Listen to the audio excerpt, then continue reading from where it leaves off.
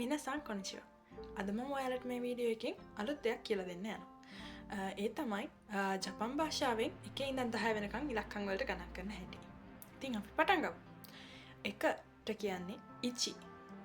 2ට කියන්නේ නී. 3ට කියන්නේ සන්.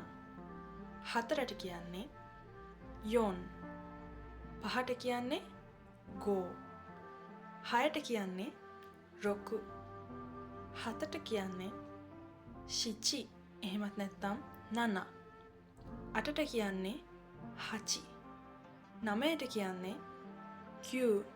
එහෙමත් නැත්නම් ස්කූ කියලා පාවිච්චි කරනවා. 10ට කියන්නේ ජු කියලා. මුලින් ඉඳන් ආපහු එකපාරක් යමු. ඉචි නී සන් යොන් ගෝ රොකු ශිචි එහෙමත් නැත්නම් නන හචි කියු එහෙමත් නැත්නම් කූ ජු. ඔයාලා අලුත් දෙයක් ඉගෙන ගත්තා කියලා මම හිතනවා. ෆලෝ කරන්න, සබ්ස්ක්‍රයිබ් කරන්න.